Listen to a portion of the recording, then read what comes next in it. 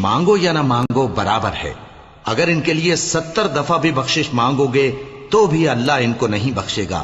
یہ اس لیے کہ انہوں نے اللہ اور اس کے رسول سے کفر کیا، اور اللہ نافرمان لوگوں کو ہدایت نہیں دیتا. جو لوگ غزوہ تبوک میں پیچھے رہ گئے وہ اللہ کے پیغمبر کی مرضی کے برخلاف بیٹھ رہنے سے خوش ہوئے، اور اس بات کو ناپسند کیا کہ اللہ کی راہ میں اپنے مال اور جان سے جہاد کریں، اور دوسروں سے بھی کہنے لگے کہ گرمی میں مت نکلنا. ان سے کہہ دو کہ دوزخ کی آگ اس سے کہیں زیادہ گرم ہے. کاش یہ اس بات کو سمجھتے.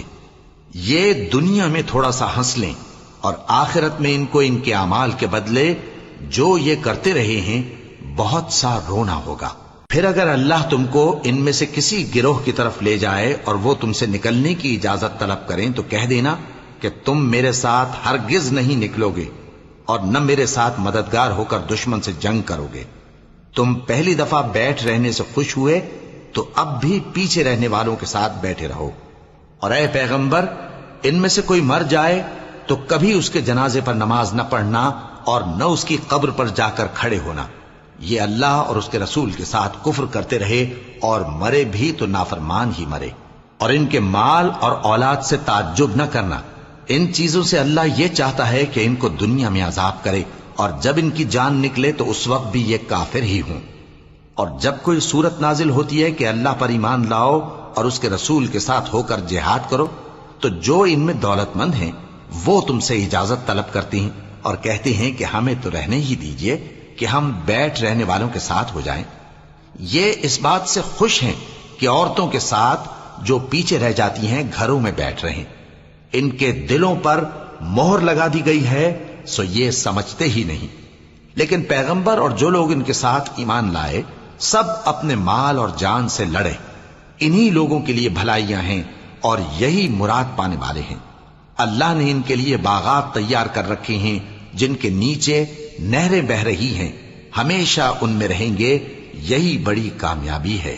اور صحرا نشینوں میں سے بھی کچھ لوگ عذر کرتے ہوئے تمہارے پاس آئے کہ ان کو بھی اجازت دی جائے، اور جنہوں نے اللہ اور اس کے رسول سے جھوٹ بولا وہ گھر میں بیٹھ رہے. سو جو لوگ ان میں سے کافر ہوئے ہیں ان کو دکھ دینے والا عذاب پہنچے گا. نہ تو ضعیفوں پر کچھ گناہ ہے اور نہ بیماروں پر اور نہ ان پر جن کے پاس خرچ موجود نہیں کہ شریک جہاد ہوں، یعنی جب کہ اللہ اور اس کے رسول سے مخلص ہوں. نیکوکاروں پر کسی طرح کا الزام نہیں ہے، اور اللہ بخشنے والا ہے، مہربان ہے. اور نہ ان بے سر و سامان لوگوں پر الزام ہے کہ جو تمہارے پاس آئے کہ ان کو سواری دو، اور تم نے کہا کہ میرے پاس کوئی ایسی چیز نہیں جس پر تم کو سوار کروں، تو وہ لوٹ گئے، اور اس غم سے کہ ان کے پاس خرچ موجود نہ تھا ان کی آنکھوں سے آنسو بہ رہے تھے. الزام تو ان لوگوں پر ہے جو دولت مند ہیں اور پھر تم سے اجازت طلب کرتے ہیں، یعنی اس بات سے خوش ہیں کہ عورتوں کے ساتھ جو پیچھے رہ جاتی ہیں گھروں میں بیٹھ رہے ہیں. اللہ نے ان کے دلوں پر مہر کر دی ہے پس وہ سمجھتے ہی نہیں. جب تم ان کے پاس واپس جاؤ گے تو تم سے عذر کریں گے. تم کہنا کہ عذر مت کرو، ہم ہرگز تمہاری بات نہیں مانیں گے. اللہ نے ہم کو تمہارے سب حالات بتا دیے ہیں، اور ابھی اللہ اور اس کا رسول تمہارے عمل کو دیکھیں گے، پھر تم غائب و حاضر کے جاننے والے کی طرف لوٹائے جاؤ گے. تو جو عمل تم کرتے رہے ہو وہ سب تمہیں بتائے گا.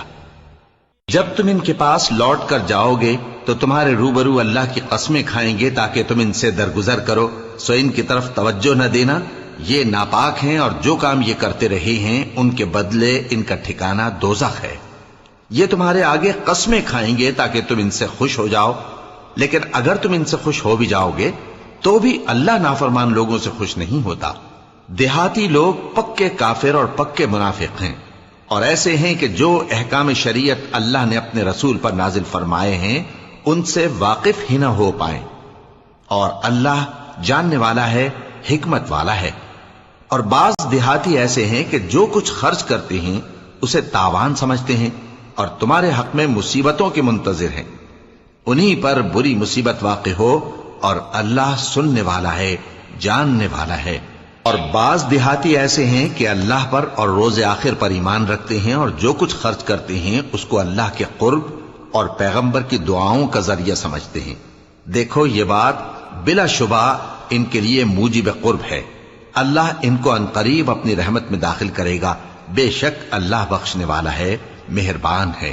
جن لوگوں نے سبقت کی یعنی سب سے پہلے ایمان لائے، مہاجرین میں سے بھی اور انصار میں سے بھی، اور جنہوں نے نیکوکاری کے ساتھ ان کی پیروی کی، اللہ ان سے خوش ہے اور وہ اللہ سے خوش ہیں۔ اور اس نے ان کے لیے باغات تیار کیے ہیں جن کے نیچے نہریں بہہ رہی ہیں، وہ ہمیشہ ان میں رہیں گے، یہی بڑی کامیابی ہے۔ اور تمہارے گرد و نواح کے بعض دیہاتی بھی منافق ہیں اور بعض مدینے والے بھی نفاق پر اڑے ہوئے ہیں، تم انہیں نہیں جانتے، ہم جانتے ہیں۔ ہم ان کو دوہرا عذاب دیں گے، پھر وہ بڑے عذاب کی طرف لوٹائے جائیں گے۔ اور کچھ دوسرے لوگ ہیں کہ اپنے گناہوں کا صاف اقرار کرتے ہیں، انہوں نے اچھے اور برے اعمال کو ملا جلا دیا تھا، قریب ہے کہ اللہ ان پر مہربانی سے توجہ فرمائے، بے شک اللہ بخشنے والا ہے، مہربان ہے۔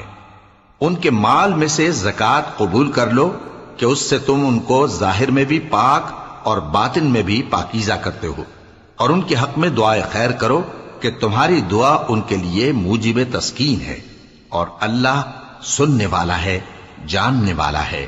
کیا یہ لوگ نہیں جانتے کہ اللہ ہی اپنے بندوں سے توبہ قبول فرماتا اور صدقات و خیرات لیتا ہے، اور یہ کہ اللہ ہی توبہ قبول کرنے والا ہے، مہربان ہے۔ اور ان سے کہہ دو کہ عمل کیے جاؤ، اللہ اور اس کا رسول اور مومن سب تمہارے عمل کو دیکھ لیں گے، اور تم غائب و حاضر کے جاننے والے کی طرف لوٹائے جاؤ گے، پھر جو کچھ تم کرتے رہے ہو وہ سب تم کو بتا دے گا۔ اور کچھ دوسرے لوگ ہیں جن کا کام اللہ کے حکم پر موقوف ہے، چاہے وہ ان کو عذاب دے اور چاہے معاف کر دے، اور اللہ جاننے والا ہے، حکمت والا ہے۔ اور ان میں ایسے بھی ہیں جنہوں نے اس غرض سے مسجد بنائی ہے کہ ضرر پہنچائیں اور کفر کریں اور مومنوں میں تفرقہ ڈالیں۔ اور جو لوگ اللہ اور اس کے رسول سے اس سے پہلے جنگ کر چکے ہیں، ان کے لیے گھات کی جگہ بنائیں اور قسمیں کھائیں گے کہ ہمارا مقصود تو صرف بھلائی تھا، مگر اللہ گواہی دیتا ہے کہ یہ جھوٹے ہیں۔ تم اس مسجد میں کبھی جا کر کھڑے بھی نہ ہونا، البتہ وہ مسجد جس کی بنیاد پہلے دن سے تقوی پر رکھی گئی ہے، اس قابل ہے کہ اس میں جایا اور نماز پڑھایا کرو۔ اس میں ایسے لوگ ہیں جو پاک رہنے کو پسند کرتے ہیں، اور اللہ پاک رہنے والوں کو پسند کرتا ہے۔